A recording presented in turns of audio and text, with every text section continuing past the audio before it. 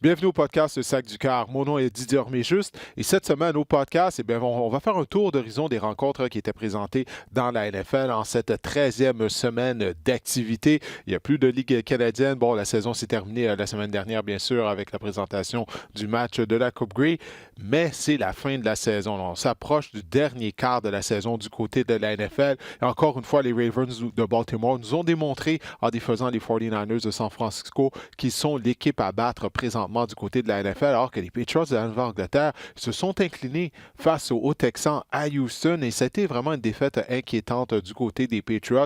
Toutefois, comme Tom Brady l'a dit aujourd'hui, les Patriots n'ont pas une fiche de 2 victoires et 10 revers. Ils ont toujours un dossier de 10 et 2, mais quand même, c'est inquiétant cette défaite du côté de la Nouvelle-Angleterre. Alors, on va faire un tour de toutes les rencontres qui étaient présentées dimanche. Le podcast Le Sac du Cœur commence à l'instant.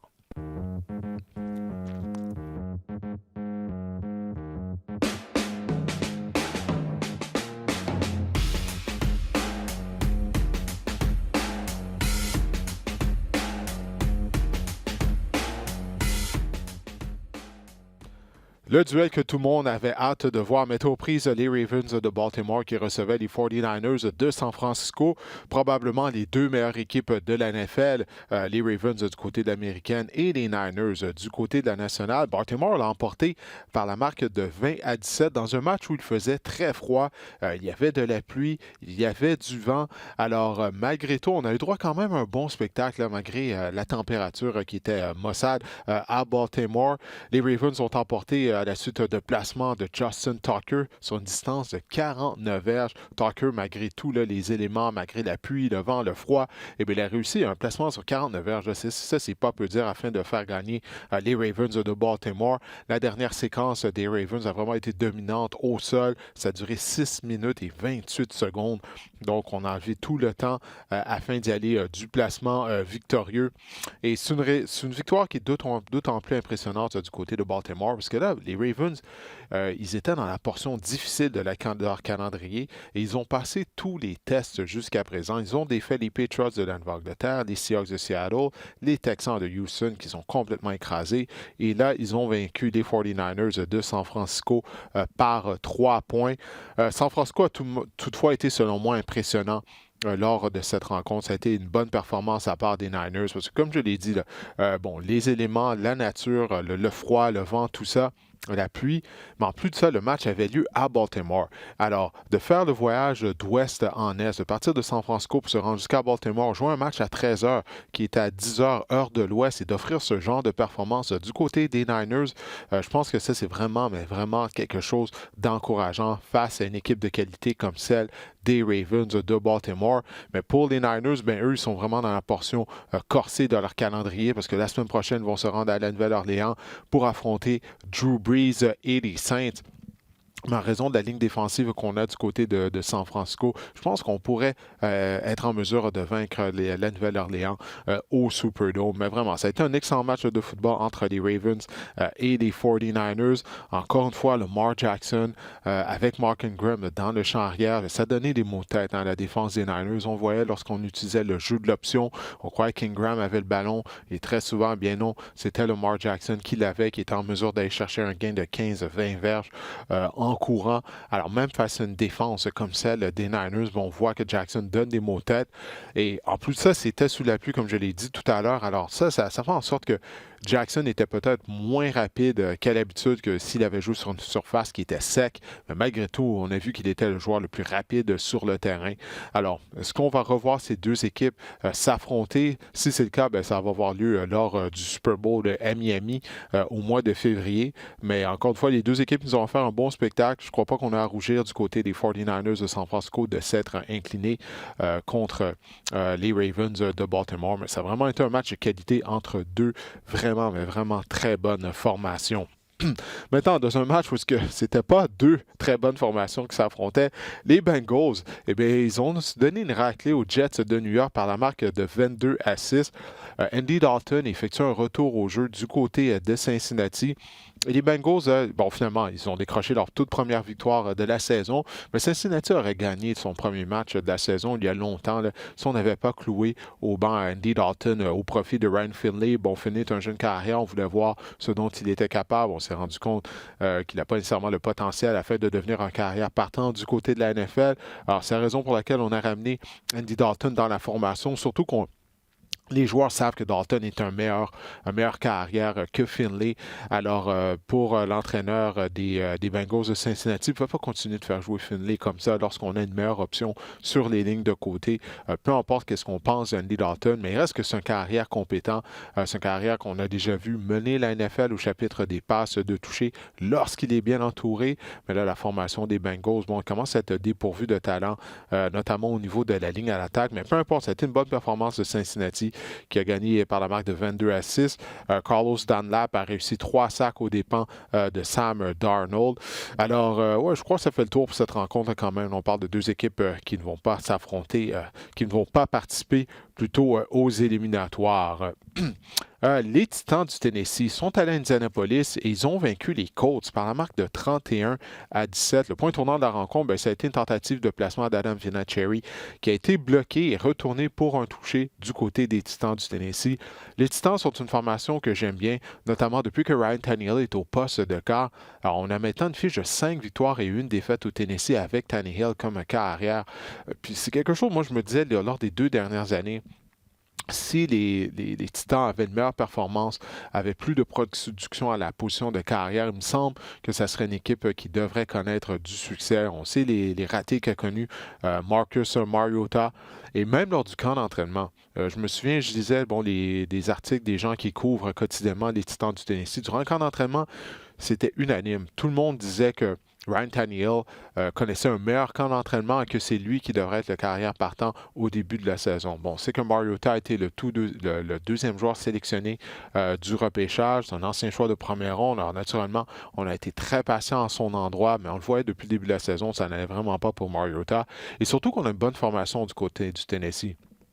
On a une très bonne unité défensive. On a une très bonne attaque au sol avec Derrick Henry qui est encore plus productif depuis que Tannehill est au poste de quart parce que là, on ne peut pas juste concentrer nos efforts à utiliser toutes les ressources pour arrêter Henry et le jeu au sol, étant donné que Tannehill est en mesure de faire des jeux par la voie aérienne. Alors ça pour dire que Ryan Tannehill a été victime d'aucun revirement à ses 3 derniers matchs. Fiche de 5-1 comme partant. Henry contre les Colts, 26 courses, 149 verges et un touché. Et ça donne un dur coup aux chances des Colts de participer aux éliminatoires, 7 défaites. Pour Jacoby Brissett, ça fait quelques semaines qu'il joue sur une jambe, c'est un bon soldat. Mais hier, ça paraissait vraiment également, il a manqué de précision sur certaines de ses passes, mais les Colts se sont amochés. On est encore une fois privé des services de Marlon Mack. Alors, moi, je pense vraiment que les Titans du Tennessee sont une équipe à surveiller afin de participer aux éliminatoires et peut-être même sont en mesure de se qualifier pour les éliminatoires, même de gagner au moins un match éliminatoire parce qu'avec la recette qu'on a, une bonne défense, le jeu au sol et Derrick Henry, on est rendu au mois de décembre, c'est le temps de l'année pour Derrick Henry. À 6 pieds 3 pouces, près de 250 livres, il est rapide, il est tellement puissant. Les Colts avaient beaucoup d'ennuis, ils étaient incapables de le plaquer. Puis c'est comme ça, là, face à toutes les équipes qui l'affrontent, c'est son temps de l'année. Par temps froid, on ne veut pas avoir à plaquer un gros porteur de ballon de près de 250 livres comme Derrick Henry. Alors avec Tannehill qui protège le ballon, qui fait suffisamment de jeu par la passe, moi je pense que les Titans pourraient peut-être causer au moins une surprise en éliminatoire. Sont en mesure, bien sûr, d'y participer, mais il semble que Tennessee va terminer au premier rang de la section sud du côté de l'américaine. En tout cas, les Titans sont une des équipes de l'or. On joue vraiment de l'excellent football au Tennessee. Les Eagles de Philadelphie, ça a été vraiment un revers gênant. Philadelphie a perdu à Miami contre les Dolphins. Ce qu'il faut dire, bon, l'équipe des Dolphins de Miami, ce n'est plus la même formation qu'on voyait au début de la saison, au mois de septembre, qui se faisait écraser par une quarantaine de points contre peu importe l'équipe contre laquelle elle jouait. Les Dolphins sont grandement améliorés. On est compétitif, du moins on se bat, on se présente à chaque semaine. Et pour les Eagles, de perdre ce match-là 37-31, ça c'est tout à fait inacceptable. Surtout qu'on tente de rejoindre les Cowboys en tête de la section Est du côté de la nationale. Et les Cowboys ont été les grands victorieux de ce match-là, parce que Dallas a perdu, comme vous le savez, jeudi contre les Bills de Buffalo. Mais là, avec cette défaite-là, ça fait en sorte que les Cowboys restent en tête de leur section. Du côté des Dolphins de Miami, on a joué vraiment comme une équipe qui n'a rien à perdre, mais ça fait quelques semaines que ça dure, là, qu'on fait ça du côté des hommes de Brian Flores. On utilise des jeux truqués. C'est ce qu'on a fait encore une fois face aux Eagles de Philadelphie. Et un des jeux truqués qui nous a permis d'inscrire un touché. On a même tenté un botté court. Alors, on n'a absolument rien à perdre. On tente de gagner des matchs du côté des Dolphins par toutes les façons possibles. Grosse performance de la part du receveur de passe Devontae Parker avec 7 réceptions, 159 verges et 2 touchés. Il était tout simplement trop gros pour les demi-coins des Eagles de Philadelphie.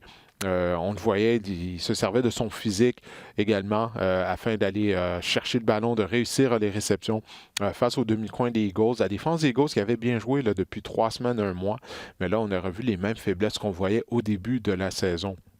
Et statistique intéressante que j'ai trouvée du côté de Philadelphie, on a maintenant une séquence de 40 matchs. 40 matchs au cours desquels aucun porteur de ballon n'a amassé 100 verges au sol. Ça, c'est vraiment tout à fait incroyable. Alors, idéalement, on va avoir un équilibre en attaque entre la passe et la course, mais lorsqu'on n'est pas en mesure d'avoir un jeu au sol productif, c'est difficile d'avoir cet équilibre-là. Miles Sanders, c'est lui qui a obtenu le départ dans le champ arrière en raison de la blessure de Jordan Howard. Il a pas mal fait, il a même inscrit un touché. Mais Carson Wentz, encore une fois, lorsqu'on regarde les statistiques, ça paraît bien comme s'il a connu un bon match. Mais Carson Wentz est supposé être un carrière de concession. Et si tu as un carrière de concession, tu es censé rendre les joueurs autour de toi meilleurs. Puis je sais que les Eagles de Philadelphie n'ont pas un bon groupe de receveurs, mis à part Alshon Jeffrey, mais Alshon Jeffrey est loin d'être un marchand de vitesse. On n'a vraiment pas de vitesse. On n'a pas de joueurs explosifs à la position de receveur du côté des Eagles de Philadelphie. Nelson Aguilar était supposé être ce joueur-là, mais Aguilar n'est pas fiable. Il échappe beaucoup trop de passes. Alors tout ça pour dire que Carson Wentz, à ses 23 derniers départs, il a une fiche de 10 victoires et 13 défaites. Pour un joueur qui est supposé être une superstar, en carrière de concession, je ne le vois pas élever le niveau de jeu de ses receveurs de passe. Alors, non, écoutez, c'est une saison décevante du côté des Eagles de Philadelphie, mais malgré tout, malgré le fait là, qu'on a maintenant qu'on a perdu et qu'on a maintenant une fiche de 5 victoires et 7 revers du côté des Eagles, on est tout juste derrière les Cowboys, parce que les Cowboys aussi ne gagnent pas. Alors, on ne peut pas enterrer encore les Eagles de Philadelphie, mais présentement, Philadelphie ne joue vraiment, mais vraiment pas bien. Et je sais que le calendrier des Eagles semble être favorable d'ici à la fin de la saison. Il ne leur reste que 4 matchs, mais la façon dont Philadelphie joue, peu importe quelle équipe qu'on va affronter, je ne crois pas qu'on peut espérer connaître du succès. La preuve, on vient de perdre contre les Dolphins de Miami. Maintenant, à New York, les Giants recevaient la visite des Packers. Il n'y a pas eu de surprise. Green Bay l'a emporté par la marque de 31-13. Aaron Rodgers a connu un fort match. C'était quoi? 4 passes de toucher pour le carrière étoile des Packers de Green Bay. Moi, qu'est-ce qui m'inquiète du côté des Giants, ce sont les performances de Daniel Jones. Parce que Daniel Jones multiplie les mauvaises décisions. Il a été victime de 3 interceptions. Et je ne sais pas si vous avez vu les interceptions dont il a été victime, mais c'est vraiment de mauvaises, mais de très mauvaises décisions.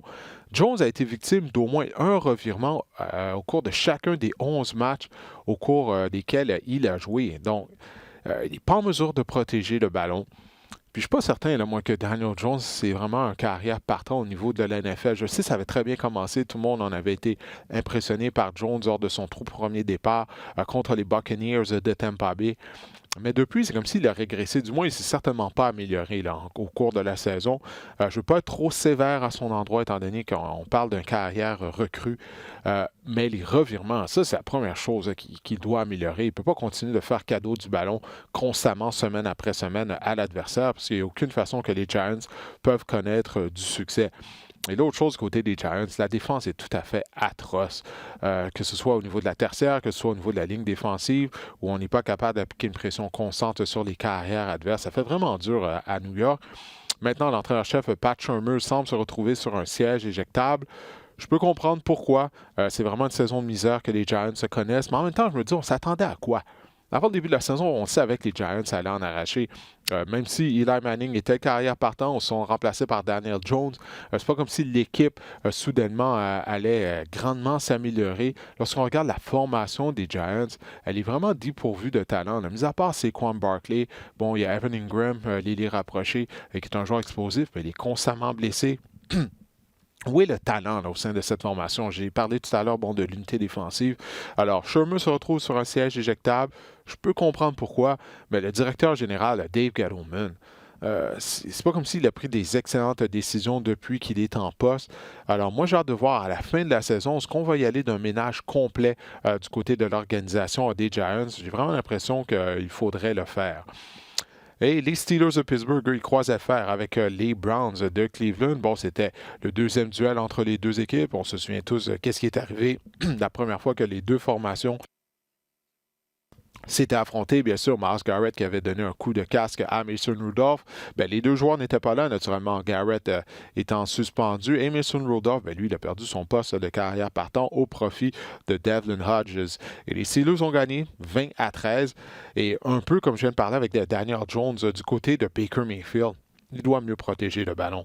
Encore une fois, victime de revirement du côté de Mayfield. Et en situation de troisième essai, c'est ce que j'ai pris en note. Baker Mayfield, hier, 4 en 12 en situation de troisième essai. Ça, c'est encore une fois un autre joueur qui est supposé être un joueur de concession. Mayfield a été le tout premier joueur sélectionné lors du repêchage. Il ne fait pas produire ses receveurs. Oui, la semaine dernière, bon, il a connu un bon match, mais c'était contre les Dolphins.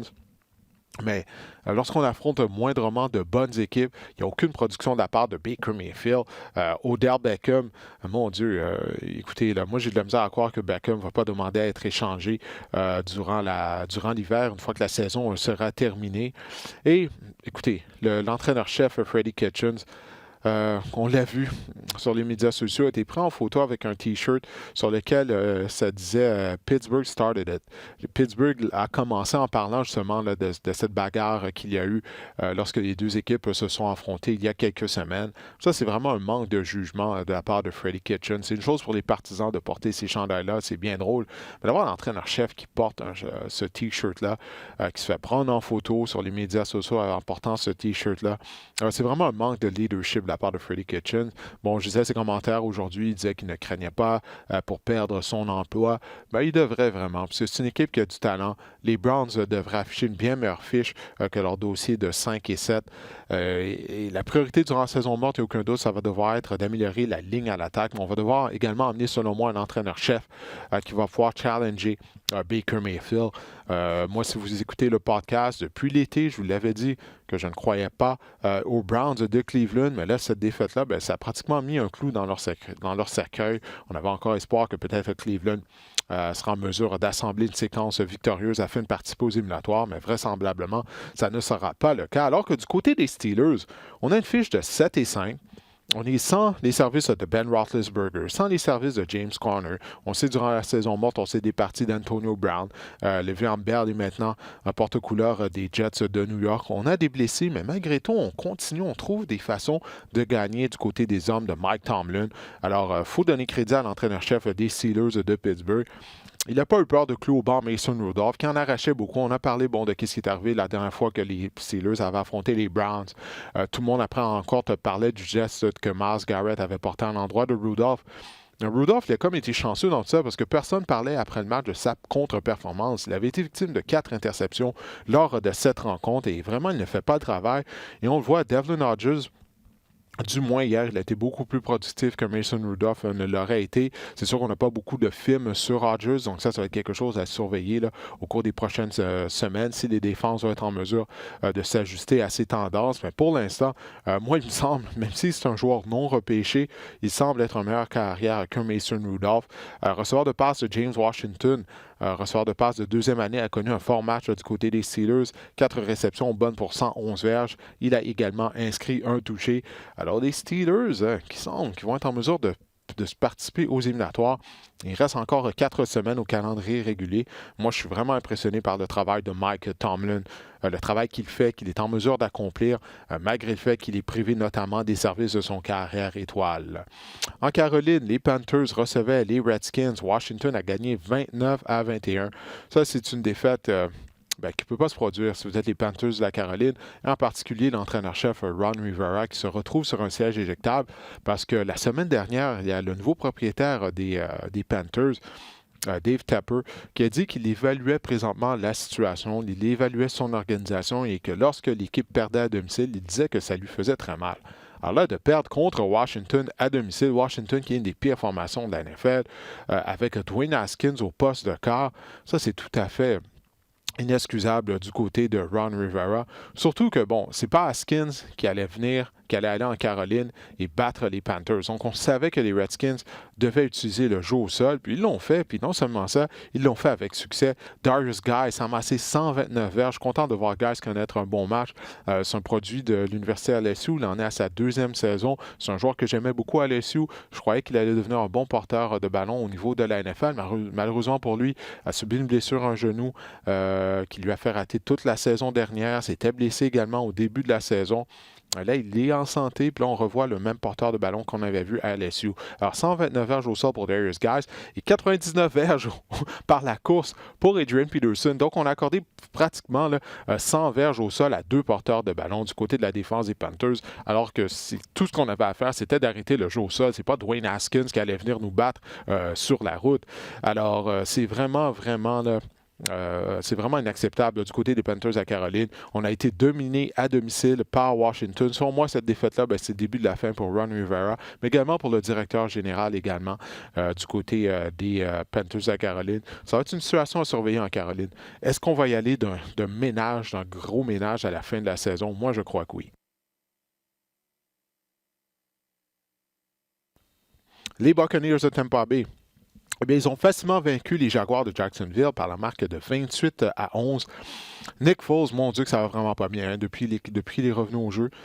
Foles, hier, il a été cloué au banc, avec raison. Bon, comme je viens de dire, ça va pas bien depuis qu'il est revenu au jeu. Mais hier, c'était vraiment désastreux. Foles a été victime de 3 revirements lors des 3 premières séquences des Jaguars de Jacksonville.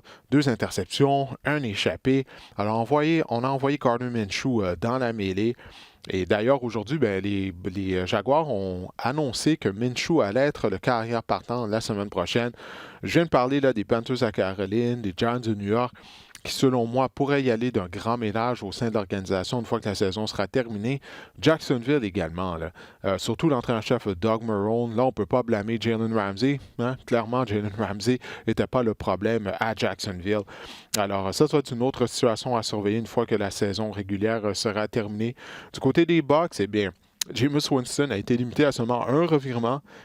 Il n'a pas été victime d'interception, mais il a été victime d'un échappé, mais peu importe. On a été en mesure de l'emporter du côté des Bucs pour mettre fin à notre séquence de défaites. Alors, je suis persuadé que ça doit faire le bonheur de l'ami du podcast, Anthony Auclair. Il a vu son équipe gagner une rencontre. En Arizona, les Rams n'ont fait qu'une bouchée des Cardinals. Moi, je croyais sincèrement que les Cardinals allaient rivaliser avec les Rams et peut-être même l'emporter, étant donné qu'il s'agit d'un match entre 2 rivaux de section. Maintenant, les Rams sont sortis, puis le match était terminé à la fin du premier quart. Finalement, les Rams ont gagné 34-7. Alors, ça a été une belle façon de rebondir pour Los Angeles après le revers humiliant qu'on a eu contre les Ravens de Baltimore. Le jeu au sol a fonctionné, près de 100 verges au sol pour Todd Gurley. Alors, lorsque le jeu au sol fonctionne et que la protection qu'on offre, une bonne protection à Jared Goff, il est en mesure d'offrir le genre de performance qu'il a offert hier. Bon, il faut dire que oui, c'était juste contre les Cardinals, mais quand même, il a passé pour plus de 400 verges. L'attaque des Rams, c'est pour la première fois depuis le milieu de la saison 2018. Elle avait l'air de l'attaque dominante qu'on avait vue lors de la première moitié de saison de l'année dernière. Donc, c'est une performance encourageante, mais encore une fois, il faut prendre ça avec un grain de sel. C'était contre les Cardinals de l'Arizona. Les Broncos de Denver, ils ont gagné 23-20 contre les Chargers. Encore une fois, mon Dieu, les Chargers qui ont inventé une nouvelle façon de perdre. Et il y a un demi-coin qui a une pénalité pour obstruction. Et ça, c'était contre Cortland Sutton. Et ça a mené à un placement victorieux sur 53 verges de Brandon McManus. Alors ça, c'est quand même, c'est pas peu dire ça, un placement de 53 verges pour l'emporter. Alors, ouais, les Chargers, ben, pour les Chargers aussi, c'est une autre formation pour qui c'est terminé là, cette année. On peut oublier une participation en éliminatoire. Ça a été un autre match difficile pour Philip Rivers. On a une fiche de 4 victoires et 8 défaites, fiche identique aux Broncos. Alors, on n'aurait jamais cru ça du côté des Chargers. Philip Rivers, 20 en 29, 265 verges. Il a complété 2 passes de toucher, 99 verges au sol pour Melvin Gordon, mais malgré tout, on s'est incliné. Le moment est venu également là, de préparer la fin Rivers, l'après Philip Rivers durant la saison morte. J'ai vraiment l'impression là, du côté des Chargers. Peut-être qu'on va ramener Philip Rivers l'année prochaine, mais si on le fait, eh bien, on doit avoir un jeune quart qui est prêt à le remplacer parce que Philip Rivers, je crois qu'il commence à être au bout du rouleau. Et Courtland Sutton, oui, j'ai mentionné son nom. Écoutez, j'ai pris en note, j'ai écrit futur receveur étoile, s'il peut avoir de la stabilité au poste de carrière. Hier, encore une fois, il a réussi des attrapés spectaculaires, notamment un catch à un bras qu'il a réussi pour un toucher. Il s'agissait du premier départ en carrière pour Drew Lock. Lock qui avait été sélectionné en deuxième ronde par les Broncos le printemps dernier. C'est un produit de l'Université du Missouri. Lock qui a effectué de belles choses. On a été patient du côté de Drew Lock. On n'a pas voulu l'envoyer dans la mêlée plus tôt cette saison, malgré le fait qu'on en arrachait du côté des Broncos. On disait qu'il n'était pas encore prêt. Hier, il a démontré des belles choses. On a vu, ses qualités athlétiques. C'est un carrière qui est quand même mobile. La force de son bras également, mais certaines de ses passes, on se demandait, mon Dieu, où il lance le ballon. Alors, ça a été rempli de haut et de bas. Moi, je n'étais pas un fan de Drew Lock lors du repêchage l'année dernière. Je me souviens, dans mes notes, j'avais écrit qu'il était le Jay Cutler des pauvres, capable du meilleur ou du pire. Lorsqu'il jouait à Missouri, il était victime d'interception. On se demandait, mon Dieu, à quoi qu'il a pensé, pourquoi il a lancé cette passe-là. Un peu comme Jay Cutler. Hier, on a vu ça par moments également, mais quand même. Il s'agissait du premier départ de sa carrière. Il a mené les Broncos à une victoire. Alors, félicitations à Drew Lock pour cette première victoire. Et du côté des Chargers, je vous disais qu'on invente des façons de perdre. Les unités spéciales ont cafouillé. On a échappé un botté de dégagement qui a fait en sorte que ça donnait un court terrain aux Broncos de Denver. Ensuite de ça, on a été victime d'une rudesse sur le botteur de dégagement des Broncos qui a donné un premier essai, ce qui a permis à la séquence de Denver de se poursuivre. Alors ça, c'est vraiment un signe de manque de coaching lorsque les unités spéciales cafouillent de la sorte, comme ça a été le cas pour les Chargers. Il est temps que la saison se termine là, vraiment du côté des Chargers. Les Chiefs, eux, ils ont écrasé les Raiders 40-9. Le match avait lieu au Arrowhead Stadium à Kansas City.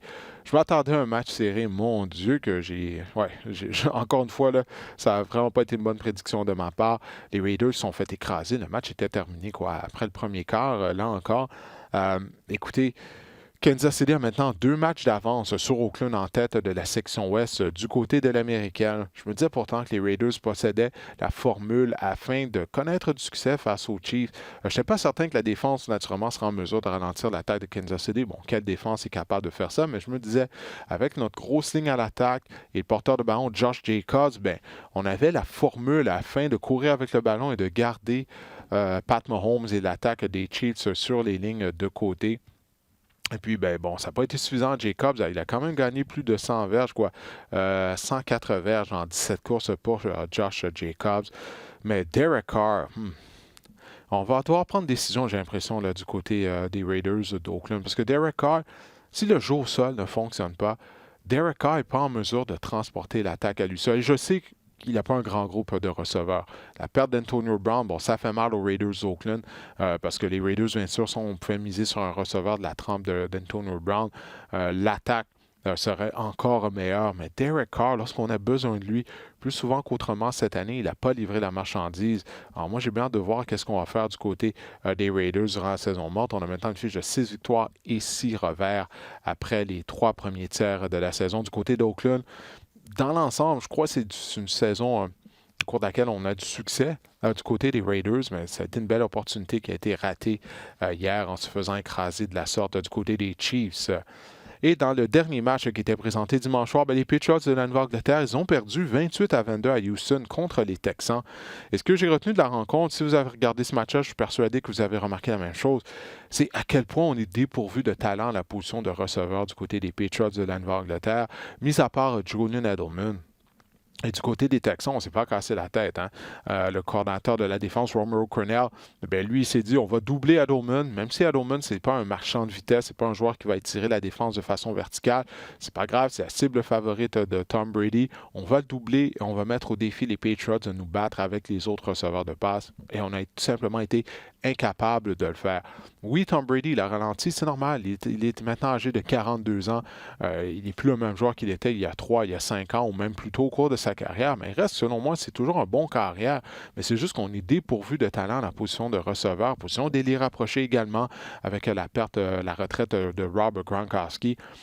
Et on n'a pas de menace verticale également du côté de l'attaque des Patriots. C'est drôle, je viens de parler des Raiders.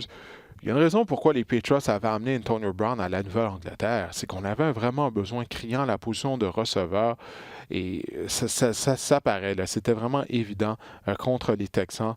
Et écoutez, c'est toujours là un pari de dire que, bon, est-ce que c'est le début de la fin pour la dynastie des Patriots? Est-ce que c'est le début de la fin pour les Patriots? Est-ce que la Nouvelle-Angleterre va être en mesure de participer au Super Bowl? On court le risque de paraître ridicule en mettant les Patriots sous question. Je me souviens même l'année passée, à pareille date, au mois de décembre, lorsque je regardais les matchs de la Nouvelle-Angleterre, je me disais, mon Dieu, que Brady a l'air vieillissant. Il n'avait vraiment pas l'air intéressé à se faire frapper. Je me souviens d'un match qu'on avait perdu à Miami face aux Dolphins. Et puis là, les Patriots ont trouvé une formule pour accéder au Super Bowl là, quand même, notamment avec le jeu au sol. On a couru avec le ballon avec succès, là, quoi, une moyenne de près de 5 verges par course contre les Texans, mais c'est vraiment par la passe qu'on n'a pas été capable de créer des jeux du côté de la Nouvelle-Angleterre. Deshaun Watson a connu un bon match, encore une fois. Il est allé de quelques tours de magie. On a tenté de plaquer derrière la ligne de mêlée. Il est en mesure de se débarrasser des plaqués. Il est tellement fort, tellement agile. Alors ça, il s'agit d'une première victoire pour Bill O'Brien depuis qu'il est à la barre des Texans contre les Patriots de la Nouvelle-Angleterre. Il avait une fiche d'aucune victoire et 4 revers avant le match de dimanche soir. On sait qu'O'Brien a travaillé comme un coordinateur à l'attaque des Patriots aux côtés de Bill Belichick. Mais là, pour la première fois, il a le déçu sur Belichick. Alors, des Patriots, c'est ce que j'ai hâte de voir. Il reste un mois, là. Il reste un mois. Il reste 4 semaines, oui, au calendrier régulier. Il reste 4 matchs aux Patriots. C'est ce qu'on va pouvoir redresser la barre parce que on ne peut pas trouver d'autres receveurs à ce temps-ci de l'année. À moins qu'on décide d'amener Antonio Brown, mais de le ramener, mais ça, j'en doute. Et lorsqu'on jette un coup d'œil du côté des Patriots de la Nouvelle-Angleterre, les matchs qui nous restent, j'ai ça ici. Alors, on va jouer contre les Chiefs la semaine prochaine, comme je le disais. Le match va avoir lieu au Gillette Stadium. Est-ce qu'on pourra marquer assez de points pour rivaliser avec Kansas City?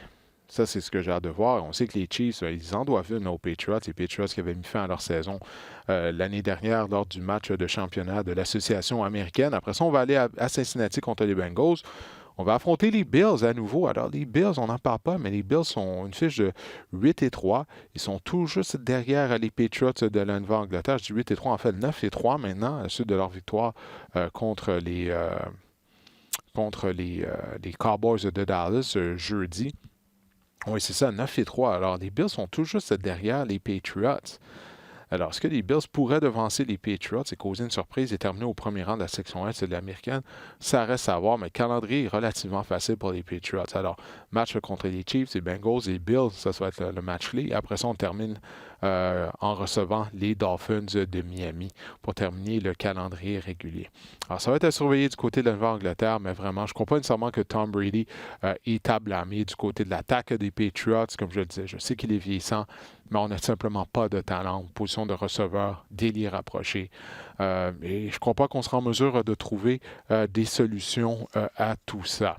Alors, écoutez, on a fait le tour pour ce qui est de la NFL. Du côté de la Ligue canadienne de football, eh bien, les Lions de la Colombie-Britannique ont annoncé plus tôt aujourd'hui qu'ils ont mis sous contrat l'entraîneur-chef Rick Campbell, ancien entraîneur-chef du côté du Rouge et Noir d'Ottawa. Bien, Campbell se retrouve maintenant à Vancouver.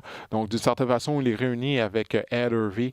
Les deux hommes se connaissent bien puisque Hervey est un joueur avec les Eskimos d'Edmonton lorsque Rick Campbell travailler également pour les Eskimos d'Edmonton.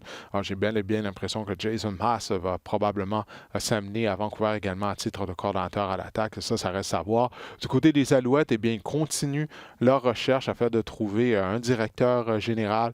On a commencé à contacter les équipes afin d'avoir des permissions pour interviewer les candidats. On va voir si les Alouettes vont pouvoir mettre fin à ce dossier, régler ce dossier d'ici à la période des fêtes. Ça leur laisse quand même 3 semaines. Mais tout ça, ça va être un dossier qu'on va continuer de suivre au cours des prochaines semaines. Il n'y a aucun doute là-dessus.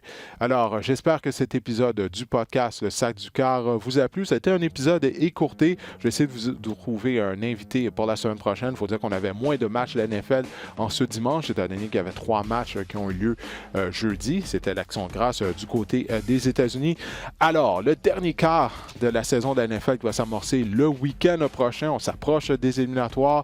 Il y a plusieurs rencontres qui sont à surveiller, notamment les 49ers de San Francisco qui vont rendre visite aux Saints à la Nouvelle-Orléans. Ça va être dimanche prochain à 13h. Alors, j'espère que cet épisode du Sac du Cœur vous a plu. On se reparle la semaine prochaine.